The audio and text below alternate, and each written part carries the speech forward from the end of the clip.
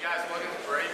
Real quick, can I actually meet class presidents after break at the flagpole? I have something very quick to talk to you guys about.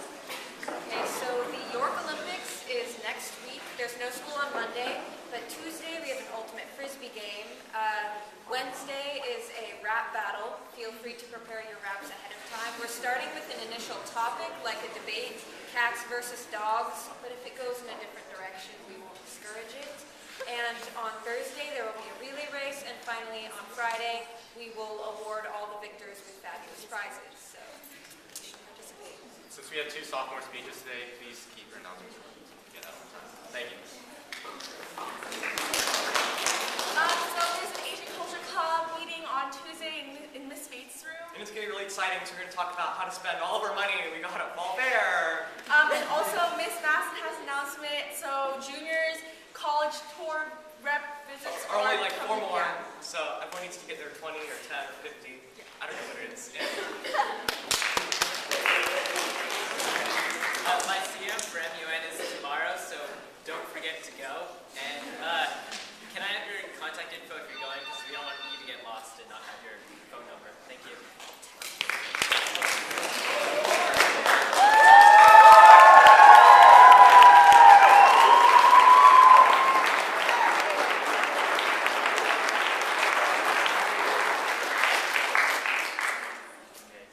So yesterday, us plus Adam, wherever he is, won our division, won the MTAL division.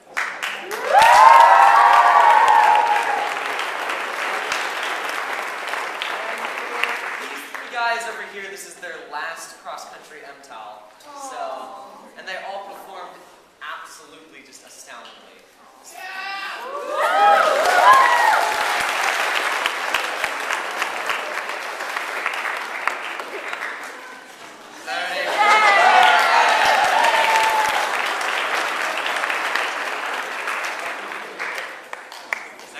Not this Saturday, next Saturday, we go to CCS, so good luck for us.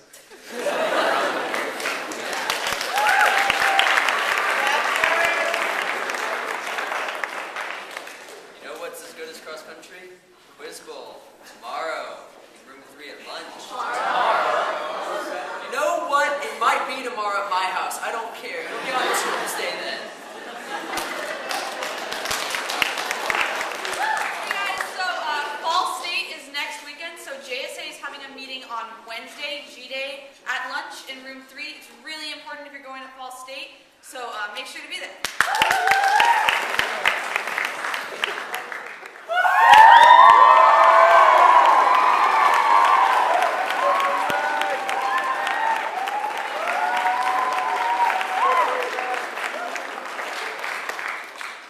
I had never met around 70% of my family until 2006, when I took the leap during that summer to visit them, all the way in Seoul, South Korea.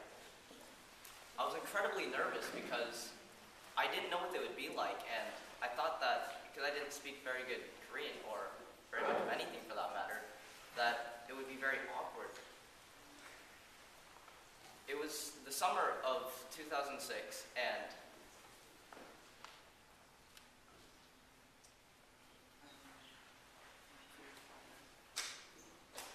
it was summer of 2006. I have a fear of flying, so this trip was incredibly frightening to me.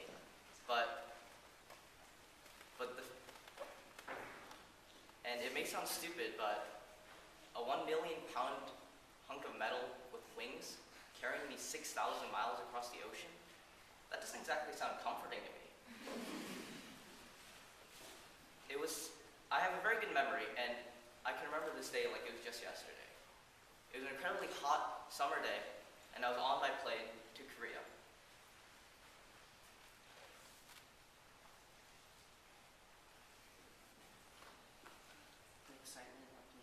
The excitement of meeting my family had overpowered any fear that I felt, and I was bouncing up and down in my chair, just waiting to see them. When I finally heard the pilot's voice crackle over the intercom, saying, "We've arrived in Seoul, South Korea," my heart leapt. I was absolutely overjoyed, and I couldn't stop bouncing up and down until we finally landed. It was an incredible incredibly hot summer day, and I was arriving in Korea on some of the hottest times. The days would often reach over 100 degrees Fahrenheit every day, and it was so humid that it felt like you were choking on the air rather than breathing it. When we finally arrived at the airport, my mother, brother, and I all disembarked, and we were heading across to go get our luggage. We could feel the scorching hot sun on the backs of our necks as we passed, and soon we got to the arrivals bay. There, my uncles, aunts, and my grandparents were all waiting for me. We were greeted with hugs, and even though I'd never met them before, I thought that, wow, they actually look like me. While in America, I'd only ever seen my parents and my brother, and this is very new. Because I was only 6 years old, I couldn't really comprehend that they were my relatives. While on my stay, I noticed that my mom actually treated my grandmother with a very high level of respect, and even though we'd been born 30 years apart, I saw that in America, I treated my mom the same way. And maybe it was because we're both Korean and we'd been both raised in the same type of household, but we both shared the same kind of respect for each other. While I was in Korea, my grandmother and my grandfather also showed me the kind of living conditions in Korea, and I truly respected America now. The tight living spaces, the smog in the air. I saw that Monterey is actually beautiful.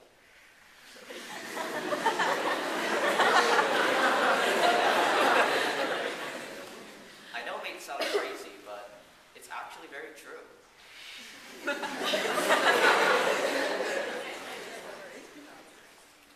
After my trip to Korea, I saw just how truly lucky I was, and some of the lessons that my grandparents taught me resounded with me even to this day, and some of them may sound as petty as what type of noodles to eat, but some other ones, like what type of degree I should go into or what field I should go into, those are very real things, and they taught me those things even over my 2-month stay in Korea. Sometimes taking the initial leap can be very scary, but in the end, better things can come out of it, and you'll have some lessons you learn and keep with you until you die.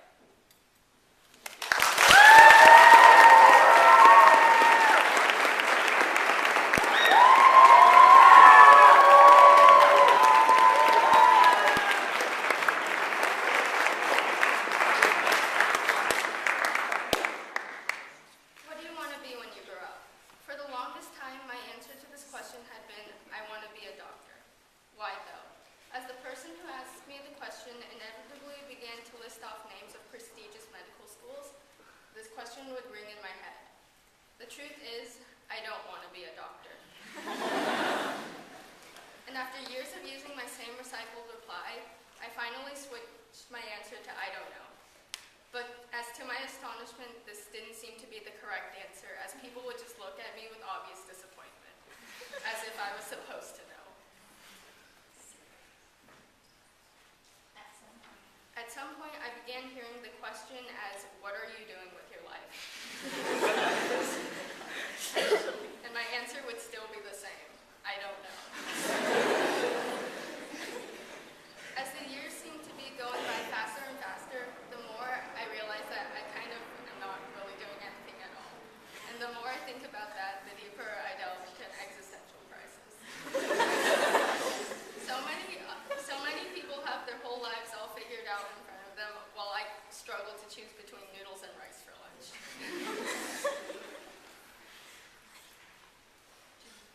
To be fair, thoughts like these don't really occur that often, though I do realize that they might happen more than I think. I probably end up asking myself these questions more than I realize. In the 15 years that I've been alive, I've had plenty of time to paint a picture as to how I see the unknown in my head. The way I imagine it is that everyone is in flashlights shine brighter and they can see farther ahead. While I might as well be stuck with a candle. While other people can see 10 to 20 years into their future, I can barely see where I want to be next year. But that's okay.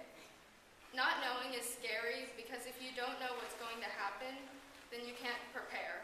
And when you're completely in the dark, every surprise hits you that much harder. And I happen to be completely in the dark. But that's okay. Maybe I can't choose between noodles and rice. That's fine. Both choices are delicious and I'll still end up happy by the end of lunch. Everything will work out somehow. And maybe I don't know what my future has in store for me. That's fine too. While I envy those who have their lives all laid out nice and neat in front of them, life just wouldn't be as fun without a little mystery.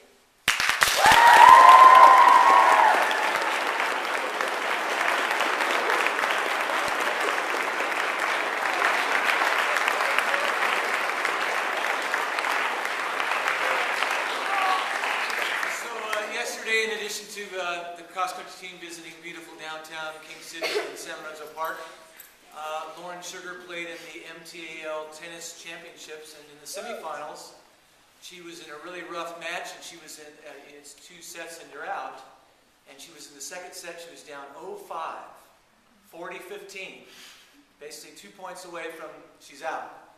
She comes storming back and wins that set 7-5, and then wins the 10-8 tiebreaker, and then goes and makes the finals, and then pushes one of the best players we've seen in the last few years. Has won, I think, 3 straight league championships, if I'm not mistaken.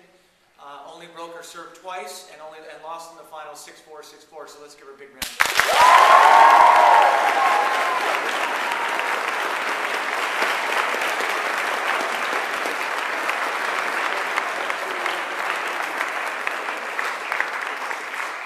Congratulations, and what I loved is that the Monterey Herald sports section put Lauren's picture on the front page, not the person that won the championship. One of the things we love doing at Break is recognizing achievement and pointing out the many accomplishments and distinctions in the wonderful York tradition of excellence. I'm really pleased to be able to do so today. You may know this, or I hope you do. If not, you're experiencing it. Colleges do a lot of study, a lot of research about what it takes for a student to succeed. You might know that a lot of people who start college don't finish college. They drop out, flunk out, whatever along the way.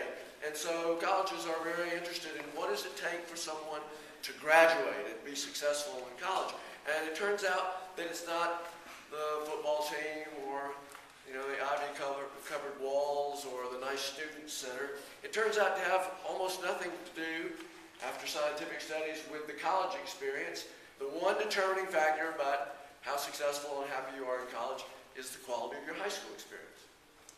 So, here you are with this great opportunity, and some colleges recognize that, some of the best ones, and Stanford at the Yale of the West, just up the coast from us, has a great program to recognize teachers. It's called the Teacher Tribute Initiative, because they know that the high school teachers are the reason for the success of their students. And because we have multiple students at Stanford, for the first time in my memory, I'm pleased to award certificates that say, I'd love to read the whole letter to you, but in the interest of time, simply this: Stanford University wishes to recognize for exceptional teaching, your dedication as an educator and a mentor has contributed to the future of your students, Stanford University, and your community. So I have 2 of these to present for exceptional teaching to Eric Fink and Tom Hunt.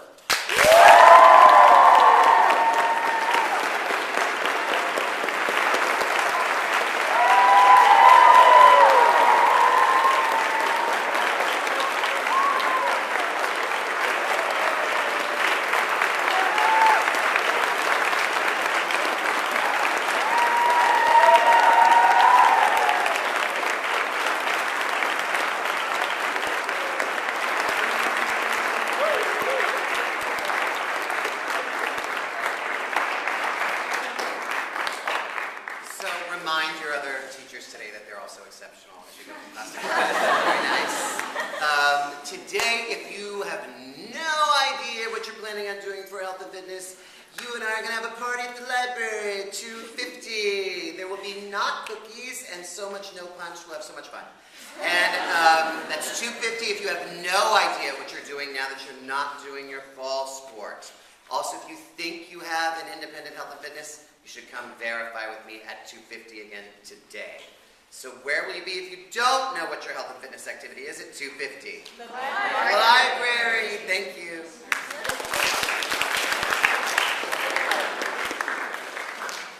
So to pick up where Cynthia started with that question, what are you doing with your life?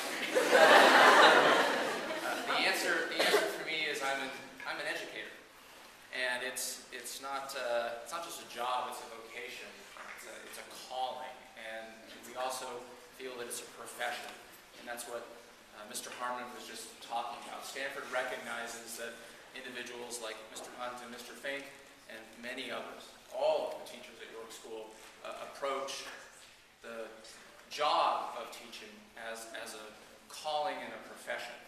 And that requires some extra time from time to time, meaning that when we're not designing lessons or delivering lessons or grading things, we're spending extra time outside of school and off campus doing things to make sure that we provide you that excellence that you've come to love and appreciate about your teachers. So long story short, Monday, you don't have to be here at school. We'll be here working on some things that we call professional growth activities, and we hope that while you're resting and enjoying a day off, you'll be looking forward to coming back on Tuesday, because we'll be here to provide you what we love to do every day with you, and that's great education. Thanks.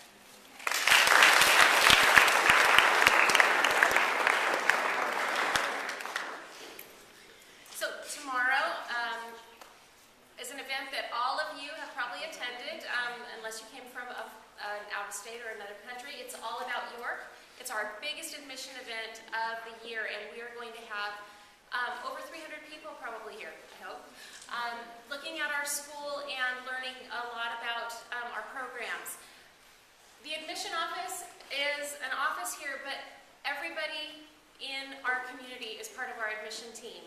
And one way that you guys can be great ambassadors of our school and great members of that admission team is to help us make this campus beautiful for tomorrow. So to do that, your work jobs, if everybody could do their work jobs today and do them right and complete, that would be awesome. And if you have stuff, please take it home with you today. Don't leave it over the weekend, because I will be coming through campus tomorrow morning and picking it up and putting it somewhere. And then you'll have to come and talk to me, and there probably won't be chocolate involved if I have to tell you where your stuff is. So please, well, but if you pick up your stuff, maybe you should stop by.